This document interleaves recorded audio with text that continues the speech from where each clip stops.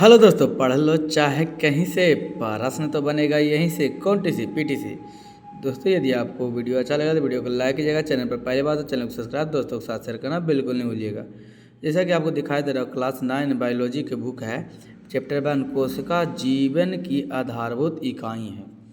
इसका हम लोग अति लघु उत्तरीय प्रश्न, लघु उत्तरीय प्रश्न कर चुके हैं और इसका हम लोग करेंगे दीर्घ उत्तरीय प्रश्न। क्या करेंगे आज हम लोग? दीर्घ उत्तरीय प्रश्न। दीर्घ उत्तरीय प्रश्न में क्या क्या है जो देखते हैं। एक यूकैरियोटिक पादप कोशिका को इलेक्ट्रॉन सूक्ष्मदर्शी एवं नामांकित आरेख चित्र बनाएं। वर्णन की आवश्यकता कीजिए। इलेक्ट्रॉन सूक्ष्मदर्शी में दिखाई देने वाली एक जंतु का नामांकन चित्र बनाएं, वर्णन करें। इस तरीक़ा से क्या क्या हुआ दिया हुआ। तो देर ना करें, बने रहे पवन टीचिंग सेंटर के साथ, पढ़ते रहें, आगे बढ़ते रहें। जैसा कि मैंने आपको बोला था कि मैंने टाइपिंग करके बढ़िया से हर एक क्वेश्चन को मैंने करके रख दिया है, तो मैं आप दिखाऊंगा और वही बताऊंगा हर एक क्वेश्चन। इसे करते पढ़ लो चाहे कहीं से, प्रश्न तो बनेगा यहीं से। कौन से पेड़े से। बस एक ही है गुजारिश कि आप चैनल 90% मेरे चैनल पर जितने वीडियो देखते हैं वो क्या करते हैं, 90% ऐसे जो अनसब्सक्राइब किए हुए देख रहे हैं, तो कृपया करके सब्सक्राइब कर दीजिए। पहला प्रश्न क्या करा है। एक यूकैरियोटिक पादप कोशिका का इलेक्ट्रॉन सूक्ष्मदर्शी एवं नामांकन आरेख या चित्र क्या करने के लिए करा, खींचने के लिए करा। पहला क्वेश्चन में तो इस तरीका से, तो बोल सर ये तो धुंधला दिखाई दे रहा है, तो दिखाई नहीं दे रहा, तो क्या करें। हम कह लीजिए नहीं दिखाई दे रहा, अब तो दिखाई दे रहा होगा। बोल सर ये तो पूरा नहीं दिखाई दे रहा। हम कह लीजिए अब तो पूरा दिखाई दे रहा होगा। तो बोल जी सर, ये चित्र को क्या कर लीजिए, बना लीजिए। प्रश्न दीर्घ उत्तरीय में पूरा यहाँ क्या कोशिका झिल्ली है, क्रोमैटिन है और क्या क्या है। यूकैरियोटिक कोशिका पादप कोशिका के हैं, कोशिका भित्ति, कोशिका झिल्ली, अंतःपरिवर्तनीय जालिकाएँ, कोशिका द्रव, क्लोप्लाज्मा, माइक्रोकॉन्ड्रिया, गोल्गी किरण, रसधानी, ये सब है। तो अगर आपको वीडियो अच्छा लगे तो वीडियो को लाइक कर दीजिएगा। चैनल पर पहली बात तो चैनल को सब्सक्राइब दोस्तों के साथ शेयर करना बिल्कुल नहीं भूलिएगा। इस चित्र को क्या कीजिए, आप चित्रण कर दीजिए या बना लीजिएगा। अगला क्वेश्चन क्या कर रहा है जो देखते हैं। क्वेश्चन नंबर 2 क्या कर रहा है, लघु दीर्घ उत्तरीय प्रश्न में करा इलेक्ट्रॉन सूक्ष्मदर्शी में दिखाई देने वाले एक जंतु कोशिका का नामांकन चित्र बताइए। तो देखिए चित्र इस तरीका से बहुत सारी तो नहीं दिखाई दे रहा है। हम देखिए आप यहाँ पर आपको दिखाई दे रहा होगा। इस चित्र को क्या कर लीजिएगा, बना लीजिएगा। एक जंतु कोशिका इलेक्ट्रॉन सूक्ष्मदर्शी का चित्र है। इलेक्ट्रॉन सूक्ष्मदर्शी से ये क्या है, चित्र है। यहाँ पर बना लीजिएगा। यहाँ क्या चित्र का बनाइएगा, कोशिका झिल्ली है, क्या है कोशिका द्रव है, इस तरीका से क्या है माइक्रोट्यूब्स है, ये आकार है माइक्रोकॉन्ड्रिया है, इसका चिकनी अंतःपरिवर्तनीय जालिकाएँ हैं, ये केंद्रक है, ये क्या है क्रोमैटिक्स जालिकाएँ हैं, दानेदार अंतःपरिवर्तनीय जालिकाएँ हैं, गोल्गी उपकरण है, सेंट्रोसोम है, लाइसोसोम है, केंद्रिका है, केंद्र झिल्ली है, राइबोसोम है इत्यादि है। इस सब को क्या करिएगा, बना लीजिएगा। पढ़ लो चाहे कहीं से, प्रश्न तो बनेगा यहीं से। अगला क्वेश्चन क्या करा जो देते हैं। क्वेश्चन करा माइटोकॉन्ड्रिया की रचना एवं कार्य का संक्षिप्त वर्णन कीजिए। माइटोकॉन्ड्रिया की रचना के वर्णन भी करना हो, उसके कार्य की। क्वेश्चन है माइटोकॉन्ड्रिया ये छड़ के आकार के या गोल अंगक हैं जो बहुत बड़ी संख्या में कोशिका में पाए जाते हैं। इसका आकार 0.2 से लेकर 2 यूमी इंटू 3 से लेकर 5 म्यू के मध्य होता है। प्रत्येक माइटोकॉन्ड्रिया दोहरी झिल्ली वाली होती है।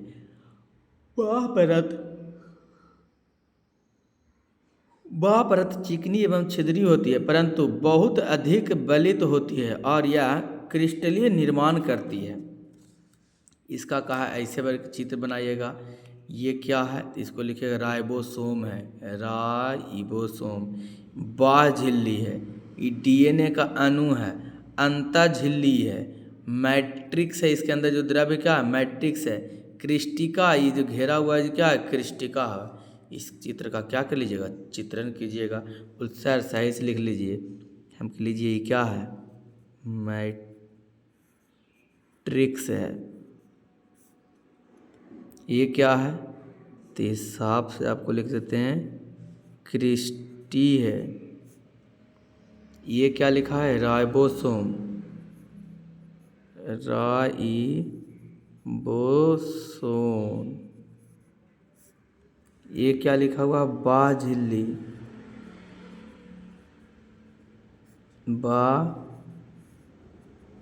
बाझिल्ली। ये क्या है, डीएनए का अणु है। और ये क्या है, अंतःझिल्ली है। इस तरीक़ा से सब क्या कीजिएगा, आप लिख लीजिएगा। दोस्तों यदि वीडियो अच्छा लगे तो वीडियो को लाइक कीजिएगा। चैनल पर पहले बार चैनल को सब्सक्राइब दोस्तों के साथ शेयर करना बिल्कुल नहीं भूलिएगा। पढ़ लो चाहे कहीं से, पारस में तो बनेगा यहीं से। कौन सी, पीटीसी। इसका कहा था काज के भी वर्णन करे थे, काज लिख के डाल दीजिएगा।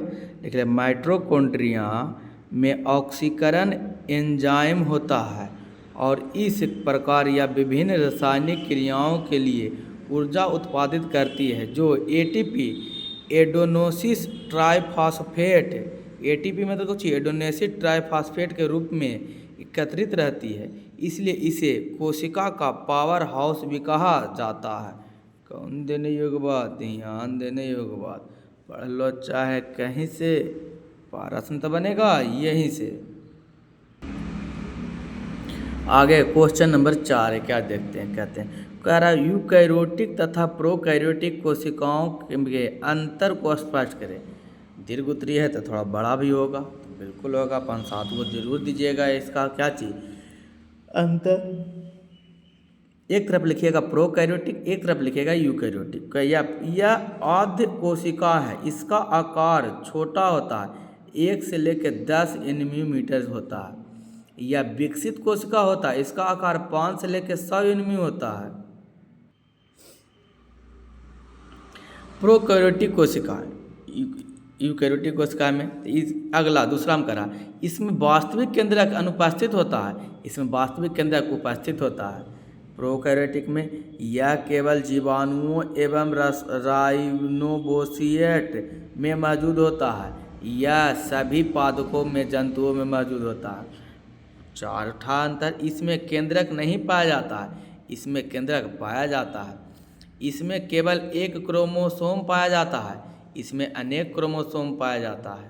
इसमें ग्लॉजिकाय, माइक्रोकॉन्ड्रिया, अंतःपरद्रव्यीय जलिकाएँ नहीं पाया जाता है, इसमें ग्लॉजिकाय, माइक्रोकॉन्ड्रिया, अंतःपरद्रव्यीय जलिकाएँ क्या किया जाता है, पाया जाता है। दीर्घ उत्तरी में 5 को, उससे ज़्यादा नहीं लिखिएगा। चलिएगा आप बता देते हैं, 6 को 7 को लिख देते हैं। इसके क्लोरोप्लास्ट नहीं पाया जाता है, इसमें क्लोरोप्लास्ट पाया जाता है। 8वां, इसमें कोशिका विभाजन विखंडन के मुकुलन द्वारा होता है, विखंडन से मुकुलन द्वारा होता है। इसमें कोशिका विभाजन माइटोसिस या मिसासिस द्वारा होता है। कौन देने योग्य बात, ध्यान देने योग्य बात। पढ़ लो चाहे कहीं से, पारस में तो बनेगा यहीं से। कौन टी सी, पीटीसी। दोस्तों यदि आपको वीडियो अच्छा लगा तो वीडियो को लाइक कीजिएगा। चैनल पर पहले बात है चैनल को सब्सक्राइब दोस्तों के साथ शेयर करना बिल्कुल नहीं भूलिएगा। अगला प्रश्न देखते हैं। प्रश्न संख्या 5 क्या करा, क्रोमोसोम की संरचना को सचरित समझाएं। यानी क्रोम को संरचना भी बनाना है, इसको समझाना भी है। तो देखते हैं क्रोमोसोम क्या। क्रोमोसोम एक समान कोशिका के केंद्रक में महीन, लंबे तथा अत्यधिक कुंडली धागे के रूप में दिखाई देते हैं। कोशिका विभाजन के समय ये स्पष्ट दिखाई देते हैं। समानता क्रोमोसोम बेलनाकार होते हैं। पेलिकस, मैट्रिक्स और क्रोमैटिक्स, ये 3 गो होता है क्रोमोसोम में। क्रोमोसोम का सबसे बाहरी आवरण पेलिकल कहलाता है। पेलिकल के द्वारा घिरा हुआ भाग मैट्रिक्स कहलाता है। मैट्रिक्स में क्रोमोसोम की पूरी लंबाई में 2 समांतर कुंडलियां धागे के समान रचनाएं होती हैं, जो अर्धगुणसूत्र या क्रोमैटिक्स कहते हैं। प्रत्येक क्रोमैटिक्स में 2 या 2 से अधिक अत्यंत महीन कुंडलीयुक्त धागे के समान रचनाएं होती है, जिसमें क्रोमैटिक्स कहते हैं। प्रत्येक क्रोमैटिक्स के क्रोमिनोइड इतनी अधिक घनिष्ठ से एक दूसरे से संबंध होता है कि वे एक ही दिखाई पड़ते हैं। क्रोमैटिक्स डीएनए तथा हिस्टोन प्रोटॉन का बना होता है। इसे डीएनए अणु के खंड जीन है जो क्रोमैटिक की पूरी लंबाई में दाने सदृश दिखते हैं। क्रोमेटिक्स के दोनों क्रोमैटिक्स एक स्थान से सेंट्रोमियर के द्वारा एक दूसरे से संचित होता है। इस प्रकार से आप क्रोमैटिक्स का क्या बना सकते हैं, चित्र बना सकते हैं। तो सर हम के हाँ चित्र तो हमको साफ से दिखाई ना दे रहा है। हम कि चलिए आपको साफ से दिखाई नहीं दे रहा तो लिखिए क्रोमैटिक्स का आप बढ़िया से चित्र को देखिए। यह है क्रोमैटिक्स का चित्र है, क्रोमोसोम का चित्र है। क्रोमोसोम का ये तो चित्र दिखाई दे रहा होगा। टेमुलोमर, पेलिकस, matrix, secondary इकोस्टिकस, chromatins, primary क्रोमेटिस, centromere. ये क्या कीजिएगा, उतार लीजिए वीडियो को पॉज करके। इस चित्र को क्या कर लीजिए, उतार लीजिए आप। करावे सभी जीवों, चित्र बनाने के बाद लिखिएगा, सभी जीवों को कोशिकाओं के केंद्रक में पाए जाने वाले क्रोमोसोम की संख्या निश्चित होती है। जैसे मानव शरीर की कोशिकाओं में 46 क्रोमोसोम, ड्रोसोफिया की कोशिकाओं में 8 क्रोमोसोम, मकई के पौधों की कोशिकाओं में 20 क्रोमोसोम, टमाटर के पौधों की कोशिकाओं में 24 क्रोमोसोम, आलू के पौधों की कोशिकाओं में 48 क्रोमोसोम पाए जाते हैं। कौन देने योग्य बात, ध्यान देने योग्य बात। पढ़ लो चाहे कहीं से, प्रश्न तो बनेगा यहीं से। कौन T C P T C. Question number चलते हैं 6 की ओर। 6 क्या करा, जो देख रहे हैं 6 करा, केंद्रक का क्या कार्य है, चित्र सहित इसका संरचना उल्लेख कीजिए। यानी चित्र के बनाना है, नाम भी लिखना। तो पहले देखते हैं है क्या है केंद्रक। केंद्रक कोशिका द्रव के बीच एक बड़ी गोली गाढ़ी संरचना पाई जाती है। सभी जीवित कोशिकाओं में केंद्रक मौजूद रहता है। इसके चारों ओर दोहरे परत की एक झिल्ली रहती है जिसे केंद्रका या केंद्रक झिल्ली कहते हैं। इससे अनेक केंद्र छिद्र हो रहते हैं। इन छिद्रों द्वारा केंद्रक द्रव एवं कोशिका द्रव के बीच पदार्थों का आदान प्रदान होता है। एक केंद्रक हर जीवित कोशिकाओं में पाया जाता है, लेकिन कुछ कोशिकाओं में एक से अधिक केंद्रक पाए जाते हैं। बोल सर हम कहें हाँ, तो केंद्रक का चित्र किधर है, जो बताइए ना, हम की लीजिए ना। तो बोल सर ये चित्रवा तो आपको नहीं है दिखाई दे रहा, हम की लीजिए ना, ये चित्रवा तो दिखाई दे रहा है ना। बोला हाँ सर ये तो दिखाई दे रहा। तो यही चित्र को क्या कीजिएगा, बनाइएगा। वही चित्र यहाँ पर, वहाँ पर कलर में थोड़ा सा कलर में रहता तो क्लियर आता, ब्लैक एंड वाइट में तो क्लियर नहीं आया। इस तरीक़ा से केंद्रक का क्या, केंद्रक का संरचना बनाएगा। केंद्रक में केंद्रक झिल्ली पाए जाते हैं, केंद्रक द्रव पाया जाता है, केंद्र छिद्र पाया जाता है, कि केंद्रिका है, क्रोमैटिक्स जालिकाएँ इसमें है, और ये सब क्या कहलाएगा, ये अंतःप्रदवीय जालिकाएँ हैं। इस तरीक़ा से केंद्रक दिखाई देता है। तो क्या कीजिएगा, इस चित्र को उतार लीजिएगा। उसके बाद आगे क्या है जो हम देखते हैं, वही चित्र यहाँ भी है, तो आगे देखते हैं। इसके बाद चित्र को बनाने के बाद वीडियो को पॉज करके चित्र बनाएगा। उसके बाद इतना लिखना पड़ेगा आपको। क्या लिखना पड़ेगा, केंद्रक के अंदर गाढ़ा अद्र द्रव्य भरा रहता है जिसे केंद्रका या न्यूक्लियोप्लाज्म कहते हैं। केंद्रक द्रव में महीन धागे की जाल जैसी संरचना पाई जाती है जिसे क्रोमैटिक्स जालिका कहते हैं। ये ऑक्सीजन न्यूक्लियस अम्ल पर एवं प्रोटीन से बना होता है। डीएनए आनुवांशिक लक्षण के एक पीढ़ी से दूसरे पीढ़ी तक ले जाता है। कोशिका विभाजन के समय क्रोमैटिक्स जालिकाओं के धागे अलग होकर कई छोटे और मोटे छड़ जैसी रचनाओं में बदल जाती है, जिन्हें गुणसूत्र या क्रोमोसोम कहते हैं। अब कहा था केंद्रक के कार्य भी पूछा था, तो आप देखिएगा केंद्रक के कार्य क्या क्या है। तो केंद्रक के कार्य देख डाल दीजिएगा। पहला कार्य, केंद्रक कोशिकाओं की रक्षा करता है, बिल्कुल, और कोशिका विभाजन में भाग लेता है। केंद्रक की अनुपस्थिति में कोशिका विभाजन संभव नहीं है। अगर कोशिका में केंद्रक नहीं होगा तो कोशिका विभाजन ही नहीं होगा। दूसरा, केंद्रक कोशिकाओं के भीतर संपन्न होने वाली सभी उपापचयी या जैविक तथा रासायनिक क्रियाओं का नियंत्रण करता है। तीसरा, कुछ जीवों में कोशिकीय द्रव्य में महत्वपूर्ण भूमिका निभाता है। चौथा, केंद्रक कोशिकाओं के विकास एवं परिपक्व को निर्धारण करता है। पाँचवा, केंद्रक प्रोटीन संश्लेषण की आवश्यकता को कोशिकाओं में उत्पन्न करता है। ये था पूरा आपका दीर्घ उत्तरीय, तो बड़ा तो लिखाएगा ही। ये था आपका प्रश्न संख्या 6 का उत्तर था। पढ़ लो चाहे कहीं से, प्रश्न तो बनेगा यहीं से, कौन टी सी पीटीसी। आगे हम लोग चलते हैं प्रश्न संख्या कितनी की ओर, 7 की ओर। क्या करा प्रश्न संख्या 7, कह रहा सर कोशिका झिल्ली पदार्थ के परिवहन में किस प्रकार अपनी भूमिका अदा करती है। तो उत्तर हो जाएगा, क्या होगा उत्तर, कोशिका झिल्ली के द्वारा ही परासरण की क्रिया संपन्न होती है। पदार्थों के परिवहन के लिए जीवन तंत्रों में परिवहन तंत्र होता है, जिसके अंतर्गत जल एवं खाद्य पदार्थ का शरीर के एक भाग से दूसरे भाग तक संवहन होता है।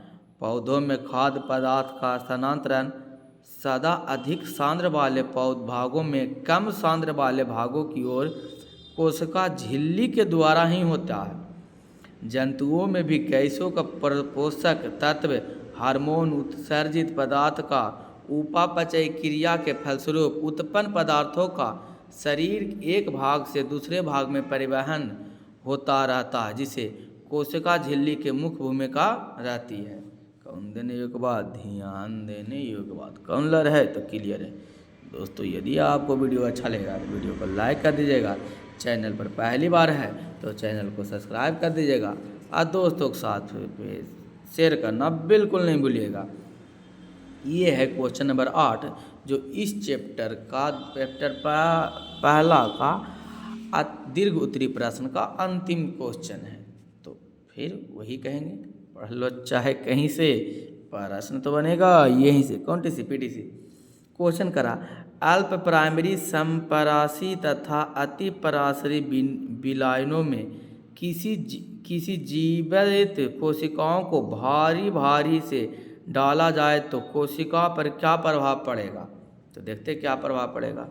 उत्तर, जब कोशिकाओं को अल्प पराशरी विभिन्न ऐसे विलयन जिसकी सांद्रता कोशिका के विलयन की अपेक्षा कम हो में रखा जाता है, तो बाहरी विलयन में पानी कोशिकाओं के अंदर प्रवेश करती है। इस क्रिया को अंतःप्रसरण कहते हैं। जल के अणु कोशिका झिल्ली के दोनों ओर आते जाते हैं, लेकिन कोशिका के अंदर जाने वाली जल की मात्रा कोशिका के बाहर आने वाली जल की मात्रा से अधिक होगी। इसका परिणाम यह है कि इसके आने वाली जल की मात्रा अधिक होगी। इसका परिणाम यह होता है कि जल की कोशिका के भीतर प्रवेश करने में से कोशिका फूल जाएगी।